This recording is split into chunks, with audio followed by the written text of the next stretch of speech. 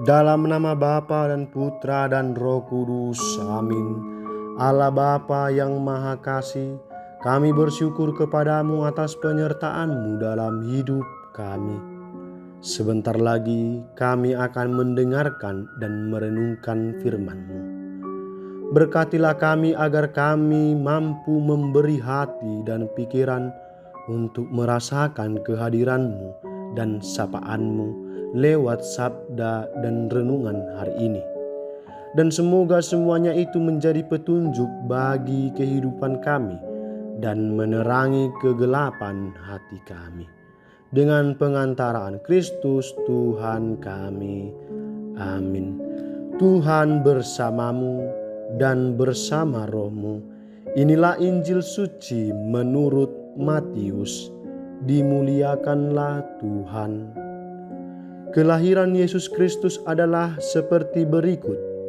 Pada waktu Maria, ibunya, bertunangan dengan Yusuf, ternyata ia mengandung dari Roh Kudus sebelum mereka hidup sebagai suami istri.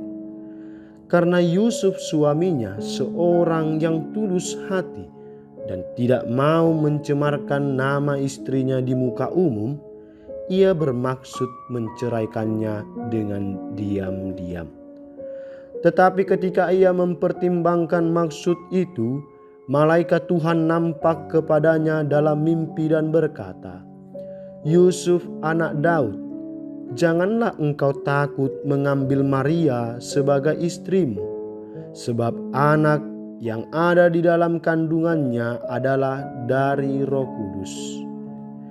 Ia akan melahirkan anak laki-laki dan engkau akan menamakan dia Yesus, karena dialah yang akan menyelamatkan umatnya dari dosa mereka."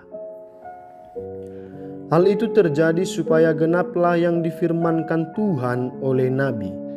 "Sesungguhnya anak darah itu akan mengandung dan melahirkan seorang anak laki-laki, dan mereka akan menamakan dia Immanuel," yang berarti Allah menyertai kita. Sesudah bangun dari tidurnya, Yusuf berbuat seperti yang diperintahkan malaikat Tuhan itu kepadanya. Ia mengambil Maria sebagai istrinya. Demikianlah sabda Tuhan. Terpujilah Kristus. Saudara-saudari yang dicintai oleh Tuhan, dahulu ada sebuah biara yang mengalami kesulitan karena sangat sedikit orang yang mau menjadi anggota biara itu. Pemimpin biara itu kemudian mengunjungi seorang uskup dan menceritakan kegundahannya. Uskup itu berkata, "Katakan kepada saudara-saudaramu bahwa Mesias berada di tengah mereka." Pemimpin biara itu hampir tidak percaya akan apa yang didengarnya. Dia ingin sekali menanyakan arti ucapan itu, tetapi uskup itu berkata, "Pergilah sekarang juga dan katakan kepada mereka bahwa Mesias berada di tengah mereka." Pada pagi berikutnya, pemimpin biara itu mengumpulkan semua anggotanya. Dia menyampaikan kepada mereka pesan dari uskup. "Saudara-saudaraku, Bapak Uskup berpesan bahwa Mesias berada di tengah kita." Mendengar ungkapan itu, mereka semua terheran-heran dan bertanya-tanya dalam hatinya, apakah Mesias itu ada dalam diri si A, si B, atau si C? Sejak saat itu, penghuni biara memperlakukan satu sama lain sebagai Mesias dengan penghormatan dan penghargaan. Mereka menjadi sangat ramah, lemah lembut, dan baik hati satu sama lain. Tamu yang datang berkunjung memperhatikan perubahan dalam biara itu. Dan akhirnya banyak anak muda yang datang untuk menjadi anggota biara itu. Perubahan terjadi ketika mereka memperlakukan satu sama lain sebagai Mesias, melihat satu sama lain sebagai Immanuel, Allah menyertai kita. Saudara-saudari yang terkasih, dalam Injil pada hari ini dikisahkan bahwa Maria, tunangan Yusuf, ternyata sudah mengandung dari Roh Kudus sebelum mereka hidup sebagai suami istri. Pada zaman Israel kuno, ada 2 tahap yang harus dilewati dalam proses perkawinan. Pada tahap pertama, seorang laki-laki dan perempuan bersepakat untuk menikah di hadapan para saksi. Keduanya kemudian dinyatakan terikat secara sah sebagai suami istri. Namun sebelum boleh berhubungan badan dan masih tinggal di rumah orang tua masing-masing. Pada tahap kedua, laki-laki membawa tunangannya untuk tinggal di rumahnya. Hidup suami istri termasuk hubungan badan baru dimulai pada tahap ini. Kehamilan Maria membuat Yusuf berada dalam dilema. Ia tentu tidak rela menerima kenyataan itu. Ia menduga bahwa kehamilan Maria terjadi karena Maria berhubungan dengan laki-laki lain. Namun jika ia membawa perkara ini ke pengadilan, Maria akan dihukum mati. Maka Yusuf yang tulus hati memilih untuk menceraikan Maria secara diam-diam. Malaikat Tuhan menampakkan diri kepada Yusuf melalui mimpi dan menyampaikan 2 hal kepada Yusuf.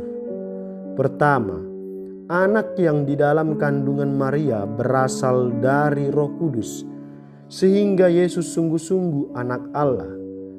Kedua, Yusuf harus mengambil Maria sebagai istrinya dan memberi nama Yesus kepada anak yang dilahirkannya, karena dialah yang akan menyelamatkan umatnya dari dosa-dosa mereka. Dalam pribadi Yesus, Allah hadir menyertai kita. Maria adalah orang yang sepenuhnya membuka diri bagi karya dan rencana Allah, sekalipun hal itu mengancam keselamatannya. Maria juga seorang yang perawan hatinya. Keperawanan hatinya terungkap dalam keperawanan fisiknya. Hidupnya sepenuhnya tertuju kepada Yesus, sehingga ia tidak lagi menginginkan anak yang lain dari perkawinannya dengan Yusuf. Sedangkan Yusuf sungguh seorang yang tulus hati. Ia melindungi Maria dari perlakuan kejam yang bisa dijatuhkan oleh pengadilan. Dan ia juga sepenuhnya taat pada karya dan rencana Allah. Ia menerima Maria sebagai istrinya, menghormati keperawanan Maria, dan mengakui Yesus sebagai anaknya. Berkat Yusuflah Yesus menjadi anak Daud. Saudara-saudari yang terkasih, selayaknya kita bersyukur karena melalui Yesus, Allah hadir di antara kita semua. Kehadirannya membawa keselamatan bagi kita. Syukur itu hendaknya kita ungkapkan dalam kesediaan untuk meneladani Maria dan Yusuf yang sepenuhnya taat pada sabda Allah. Syukur itu juga hendaknya kita ungkapkan dalam kesediaan untuk menerima sesama seperti menerima Mesias, mengasihi sesama seperti mengasihi Yesus. Kita taat pada sabda Allah dan tulus pada sesama.